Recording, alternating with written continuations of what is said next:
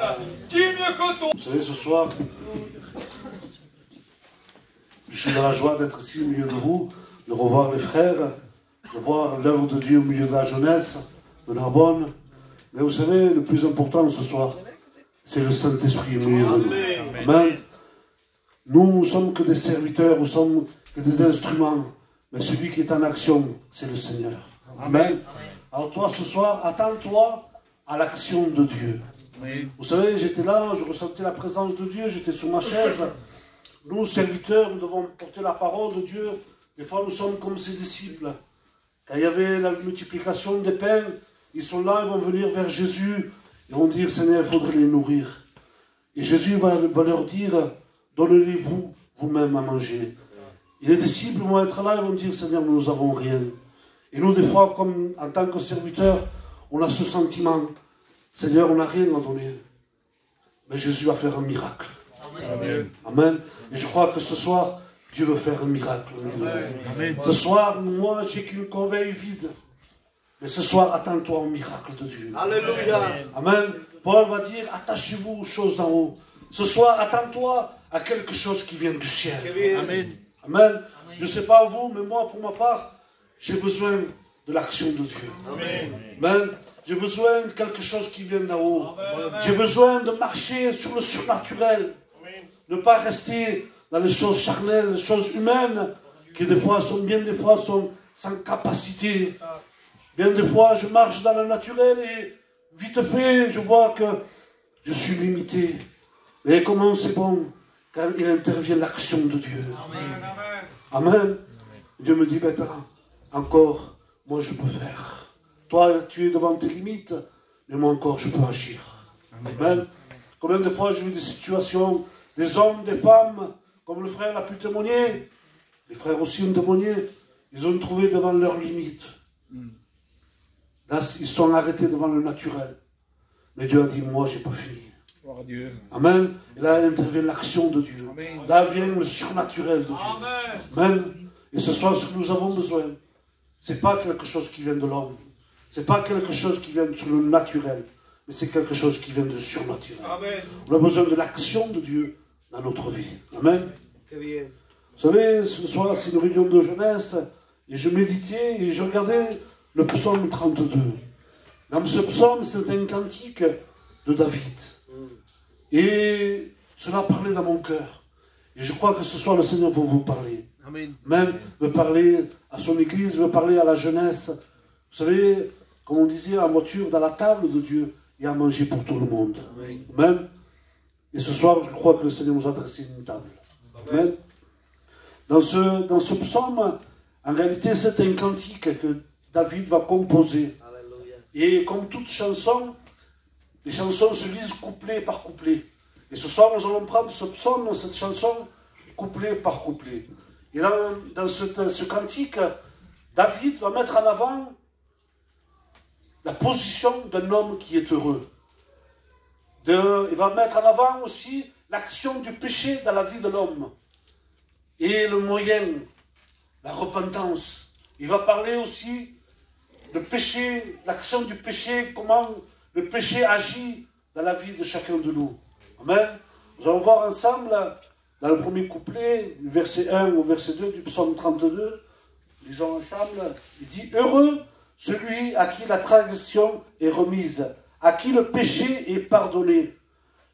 Heureux l'homme qui, l'Éternel, n'impute pas l'iniquité, et dans l'esprit duquel il n'y a pas de fraude. » Ici, David va parler, il va mettre en avant et il va réaliser la position d'un homme qui est heureux.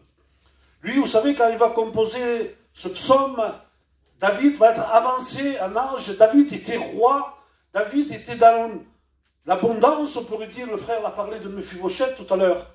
David était dans une bonne position, mais il va réaliser à lui-même, il va dire la position d'un homme heureux, c'est un homme dont le péché est effacé. Amen.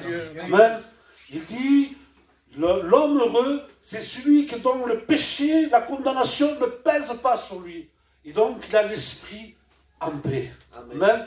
David va réaliser cela. Mais vous savez, nous aussi, nous savons quelle est la position de l'homme heureux. Bien des fois, je l'ai entendu, bien des fois, nous le disons nous aussi. Comment on le vit dans le Dieu? On ne le dit pas, des fois. Nous savons quelle est la position d'un homme heureux. Nous savons quelle est la vérité. Mais quelle tristesse que malgré cela, des fois nous restons dans notre position.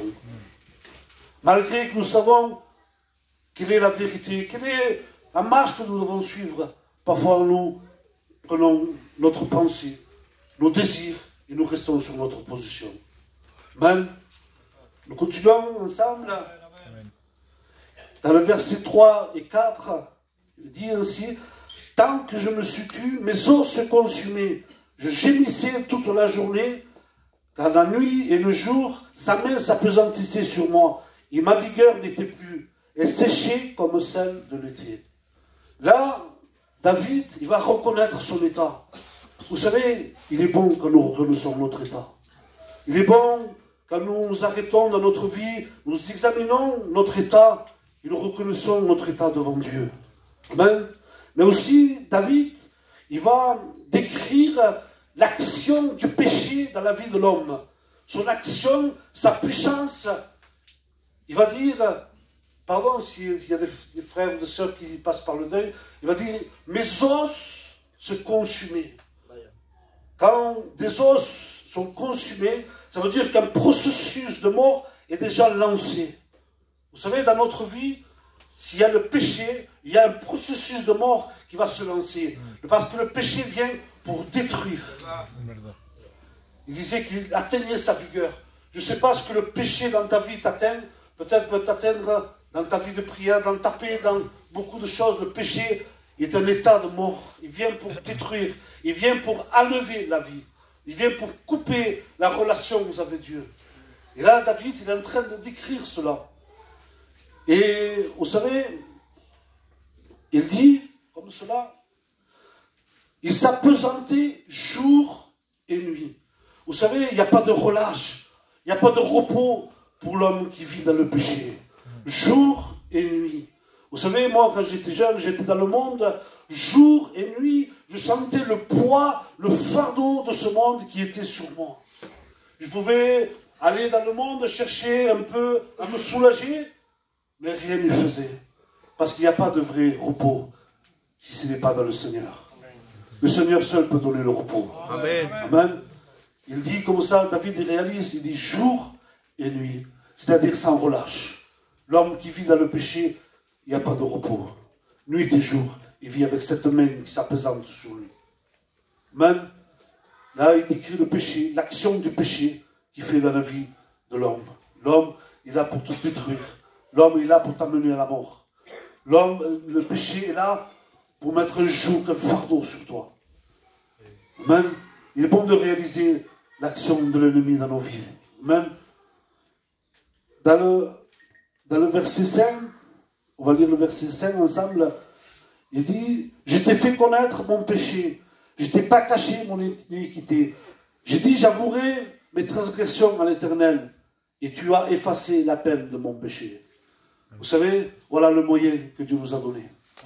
Ce soir, nous avons un moyen pour sortir de là. Amen. Malgré que celui qui vit dans le péché, il n'y a pas d'issue, il n'y a pas d'échappatoire. Vous savez, on n'est pas des anciens, mais on travaille au milieu de la jeunesse, et on voit comment l'ennemi agit, comment l'ennemi est un menteur, comment l'ennemi essaie de mentir aux jeunes avec des faux raisonnements.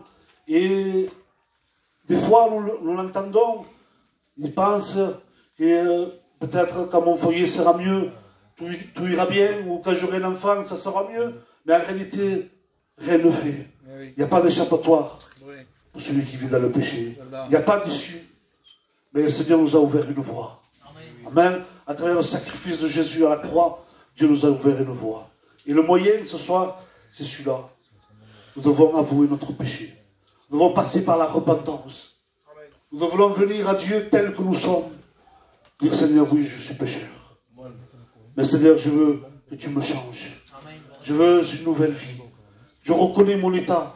Oui, tant que je reste dans le péché est en train de me détruire. Comme l'a dit le frère, il était détruit dans le péché. Et beaucoup peuvent le dire. Mais il dit dans sa parole, il dit comme cela dans le verset 5, la fin du verset 5, il dit, une fois qu'il a fait ça, une fois qu'il a avoué son péché, une fois qu'il a avoué ses transgressions à Dieu, Dieu dit, il dit comme cela, David dit, il a enlevé la peine de mes péchés. Amen. Amen. Ce soir, Dieu peut enlever la peine du péché. Plusieurs peuvent témoigner ce soir et dire, j'étais dans le péché, mais Dieu m'a enlevé la peine. Amen. Vous savez, nous étions tous pécheurs, privés de la gloire de Dieu. Et rien ne faisait. Mais vous savez, Dieu nous a fait grâce. Et ce soir, Dieu veut faire grâce. Amen. Bien plus, il a pris notre place. La condamnation qui devait tomber sur nous est tombée sur lui, la Bible nous dit. Amen. Et s'il a fait tout cela, c'est par amour. Le Seigneur nous aime. Il n'est pas venu pour juger le monde. Il est venu pour le sauver. Amen. Ce soir, si tu es dans cette situation, le Seigneur peut remettre, peut enlever ta peine, la peine du péché. Amen. Il dit comme cela, dans les versets 6 et 7, qu'ainsi tout homme pieux prie au temps convenable. Et si des grandes eaux débordaient, elles ne l'atteindront pas. Tu es un asile pour moi, tu es une garantie dans la détresse, et tu m'entoures de chants de délivrance. Là, il va parler qu'une fois que l'homme, il a reconnu son état, qu'il est passé par la repentance, et qu'il a reçu la grâce de la part de Dieu. Il dit, cet homme, même si les eaux débordaient, elles ne l'atteindront pas. Cela signifie, vous savez, c'est une référence au temps de Noé, où les eaux, vraiment par le jugement de Dieu, les eaux avaient englouti les hommes. Mais comme Noé, si tu choisis la bonne part, si tu choisis de vivre comme cet homme dont le péché était pardonné, si les eaux viendraient, elles ne te toucheront pas. Amen. Cela veut dire que celui qui avoue ce péché, le jugement lui est remis. Amen. Ce soir, tu peux éviter le jugement de Dieu. Ce soir, tu peux éviter la colère de Dieu. Parce que vous savez qu'un jour ou l'autre, la Bible nous dit comme cela, toi qui es jeune, rejouis-toi, mange, bois, mais un jour, tu devras passer devant le Seigneur. Et nous passerons tous. Mais celui qui avoue ses fautes, celui qui reconnaît son état, et celui qui implore sa grâce, la Bible nous dit que les eaux ne l'atteindront pas. Amen. Ils le feront passer au-delà des eaux. Amen. Voilà, c'est un bon message de l'évangile. C'est un message d'espoir. C'est un message qui veut te dire, malgré ce que tu vis, malgré peu importe ton état, ta peine peut être effacée. Amen. Ta condamnation peut être tête. Et le jugement qui est sur le pécheur peut être remis. Amen. Amen. Il dit aussi qu'il est une garantie dans notre détresse. Celui qui appartient à Dieu, qui marche avec Dieu comme Noé le faisait, il est notre garantie le jour de la détresse. Parce que le jour de la détresse, tu peux invoquer l'Éternel. Amen. La Bible nous dit que Noé marchait avec le Seigneur. Mais quand tu marches avec le Seigneur, Dieu aussi marche avec toi. Et quand il y a des problèmes, il est là au milieu de toi. Amen. C'est pour ça que le jour de la détresse, il est une garantie. Il est un asile, la Bible nous dit. Dans le verset 8, ici, c'est Dieu qui va parler. Dans le verset 8, il dit, je t'instruirai et je te montrerai la voie que tu dois suivre. Je te conseillerai et j'aurai le regard sur toi. Amen. Là, il parle, c'est Dieu qui parle, il va dire, si tu es comme cela, si tu vis une vie d'intimité avec moi, si le pardon t'est enlevé, et si je t'ai fait grâce, si tu demeures avec moi, alors je t'instruirai, je te montrerai la voie que tu dois suivre, je te conseillerai, et j'aurai le regard sur toi. Cela veut dire que tu ne marcheras plus selon tes pensées. C'est moi qui vais t'instruire. Amen. Amen. Amen. Je te montrerai. Maintenant, c'est Dieu qui va te conduire. Amen. C'est-à-dire, je te conseillerai. C'est Dieu qui va nous conseiller. Amen. Et j'aurai le regard sur toi. Amen. Mais aussi, vous savez, si on prend la chose à l'envers, c'est comme si on dirait, si Dieu aurait dit à David, David, quand tu marchais selon mon conseil, quand c'était moi qui te montrais où aller, quand tu suivais mon conseil à moi, tu étais un homme qui était heureux. Amen. Des fois, il y a des chrétiens qui ne suivent plus le conseil de Dieu. Oui. Il y a des chrétiens, et même moi, parfois, vous savez, on n'est que des hommes. Des fois, je ne prends pas la marche à suivre. Et après, on peut se retrouver dans cet état où s'est trouvé David. Mais même si on a laissé la main de Dieu et que Dieu ne conseille plus dans notre vie, ce soir, on peut avoir cette attitude aussi, de revenir, d'avouer notre péché et de reprendre le conseil de Dieu. Amen. Que le Seigneur nous reconseille dans notre vie. Que le Seigneur nous conduise et qu'il nous enseigne chaque jour. Amen. Dans le verset 9, il dit: ne soyez pas comme un cheval ou un mulet sans intelligence, ou les brides, ou le frein, et le mort qui les paraît. En fait, il dit comme cela: ne soyez pas comme ces animaux qui essayent vraiment, ils vont là où ils veulent, et en faisant cela, le mort lui fait mal. Des fois, notre attitude, comment nous marchons, nous faisons du mal à notre propre vie. Parce qu'on ne veut pas suivre les conseils de Dieu. Nous ne voulons pas suivre les instructions de Dieu. Ce verset-là, dans ce passage-là, c'est une exhortation à écouter, à obéir aux instructions de Dieu. Des fois, il y a des mal, nous ont fait mal dans notre vie, et nous demandons pourquoi, Seigneur, c'est m'arrivé ça, cela. Des fois, c'est nous-mêmes, nous faisons du mal à nous-mêmes, parce que nous ne voulons pas suivre, nous ne voulons pas obéir à la voix de Dieu, aux instructions de Dieu. Vous savez, ce soir, il est temps d'accepter. Il est temps d'obéir. Il est temps de dire: Seigneur, si jusqu'à présent, j'ai marché selon mes pensées, selon mes propres voies, je vois que ça a mené à rien. Ça m'a mené rien que de la douleur dans ma vie. Maintenant, Seigneur, je veux te suivre. Je veux suivre tes instructions. Je veux aller où toi tu me montres. Je veux suivre ton conseil. Ce soir, prends la bonne décision. Et dit comme cela: beaucoup de douleurs sont de la part du méchant. Cela veut dire que le méchant se fait du mal à lui-même. Mais il dit: mais celui qui se confie à l'Éternel, il est environné de sa grâce. Amen. Amen. Ce soir, si tu te confies à l'Éternel, ce soir, si tu décides de suivre ses instructions, tu vas être environné de sa grâce. Amen. Amen. Et dans le dernier verset, il va dire: juste rejouis-toi à l'Éternel, soyez dans l'allégresse, poussez des cris de joie, vous tous qui étiez droits de cœur. Même si au début de ce cantique, il dit qu'il était dans le péché, il était dans la tristesse, il dit qu'il jour et nuit, il n'avait pas de repos, parce qu'il a fait confiance à Dieu. Dans la fin du cantique, il dit qu'il poussait des cris de joie.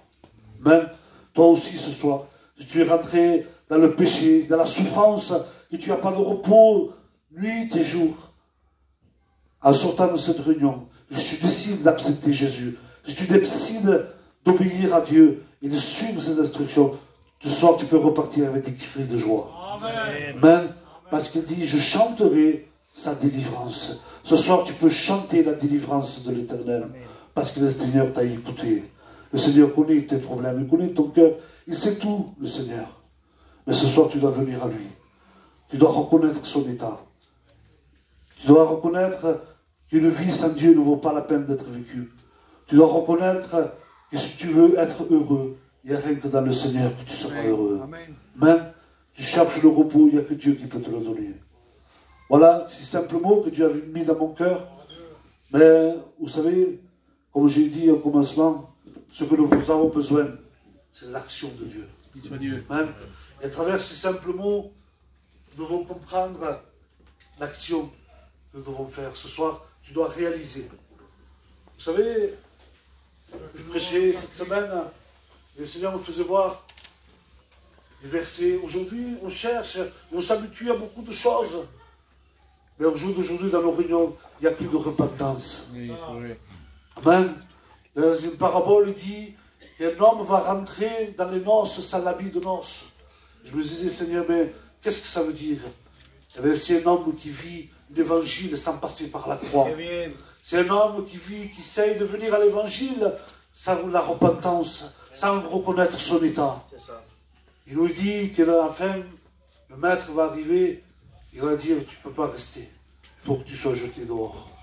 Quel dommage, Seigneur. de pouvoir suivre quelque chose qui va te tromper. Mais nous, vous savez, ce soir, il n'y a pas de grands messages, de grands tumultes, de grands bruits. Mais ce soir, à travers ces simples mots, tu peux donner ta vie à Jésus. Amen. Amen. Nous présentons, nous ne sommes que des serviteurs. Nous, ce que nous voulons présenter, c'est le Christ. Amen. Amen. C'est ça le vrai habit. C'est grâce à cet habit de fête que tu pourras rentrer dans les noces. Et nous, en tant que serviteurs, on ne doit pas se tromper. On ne doit pas nous servir nous-mêmes. On ne doit pas se présenter nous-mêmes. Nous, on doit présenter le Christ. Le vrai évangile. Amen. Le vrai évangile, il n'y a qu'une seule porte. Jésus va dire, je suis la porte. Il n'y a pas plusieurs entrées. Il n'y a pas d'autres chemins. Il n'y a que lui. Et nous devons passer par la repentance. Nous devons avouer notre péché. Reconnaître nos fautes. Et implorer sa grâce. Et Dieu qui est venu pour sauver, non pas pour juger, Dieu va te faire grâce. Il va te démontrer son amour. Amen. Alors voilà, ce soir, on va prier ensemble. Ce soir, ne t'attends pas à quelque chose d'extraordinaire, mais saisis la parole de Dieu ce soir. Ce soir, à travers ces paroles, tu peux changer de vie. Amen. Alors, on va s'incliner, on va prier ensemble. Seigneur, Alléluia.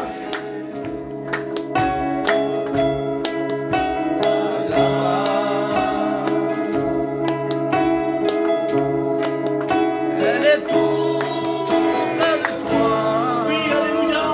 Elle est au milieu de toi, saisis-la. Ne la laisse pas passer.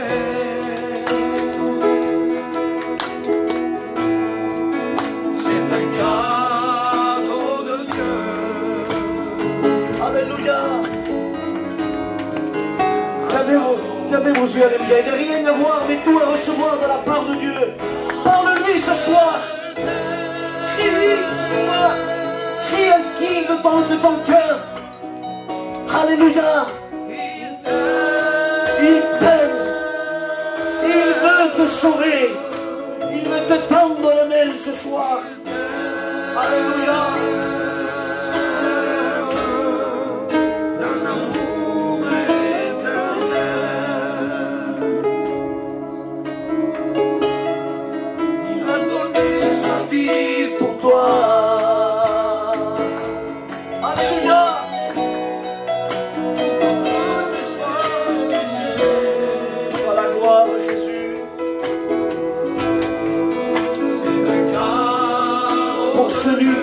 Alléluia, qui a compris ce message, que ton intérieur tremble, ton cœur est en train de battre de plus en plus. C'est le Saint-Esprit qui tape à la porte de ton cœur. Il veut que tu prennes une décision ce soir. Ne sors pas ce soir sans prendre de décision. Alléluia. Est-ce qu'il y a une personne ce soir? Alléluia. Lève ta main aussi vite que tu la descends. Et on priera pour toi. Amen. Amen. Amen. Amen. 3, 4, 5, 6. Il y a une 7e personne. Amen. 8. Il y a une 9e personne ce soir. Amen. 10, 11, 12. Il y a une 13e personne ce soir. Alléluia. Prions les frères. Y todavía hay esperanza. Alléluia. Y todavía hay solución. Oui, il y a la solution pour ta vie ce soir. Para todo que se acerca. Si tu crois ce soir, tu verras la gloire de Dieu. Ensemble, l'Église. Todavía hay esperanza. Alléluia. Todavía hay solución. Y para aquello que se acerca, en Cristo está la salvación. Es que no hay nadie como Él. No hay nadie como Él. No hay nadie como Él. No hay nadie como Él. Alléluia. Es que no hay nadie como Él. On se lève, Alléluia. On se lève ensemble, Alléluia. No hay nadie como Él. No hay nadie como Él. Alléluia. Je voudrais faire un appel aussi particulier, Alléluia. Dieu est venu sauver ton intérieur, bien sûr. Mais Dieu est venu aussi ce soir, alléluia, pour guérir ta maladie. S'il y aurait un malade ce soir parmi nous, alléluia, autant que le frère puisse chanter cantique à Matiane, Moreno, Sumano. Venez chanter cantique, les frères. Je demanderai ce soir s'il y a des malades, alléluia, qui viennent au devant, on priera ensemble. Alléluia.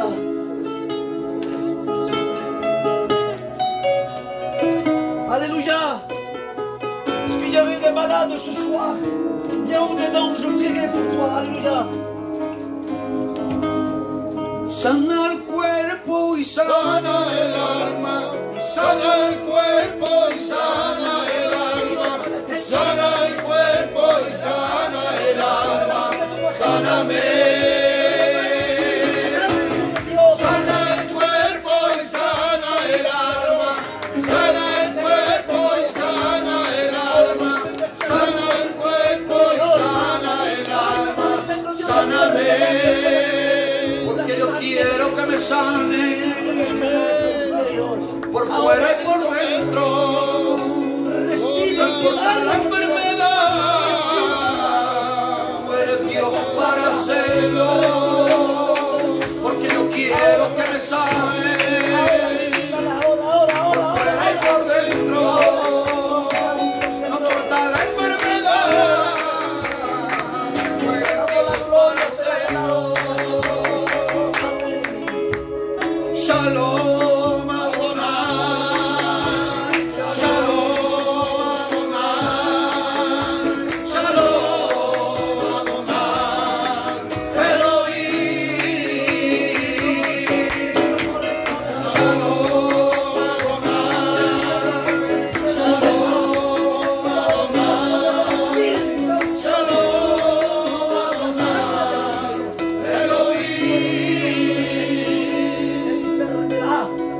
Es que no hay nadie como él, nadie como él, no hay nadie como él, nadie como él, no hay nadie como él, como Jesús de Nazaret.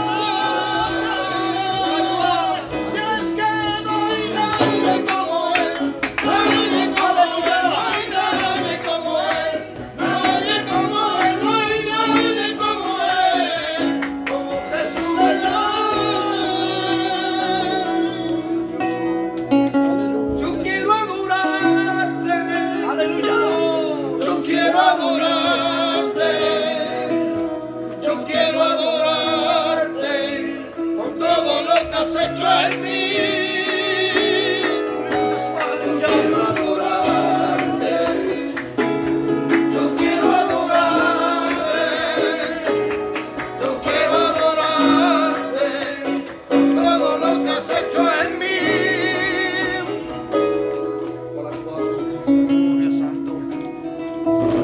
Alléluia. Alléluia. C'est dommage, alléluia. Vous avez eu une bonne réunion, alléluia. Jésus était au milieu de nous, mais la réunion ne se termine pas ici. Peut-être tu as eu honte de pouvoir te lever, mais je te demanderai ce soir, alléluia, ce que tu as reçu ce soir dans ton cœur, crois-le.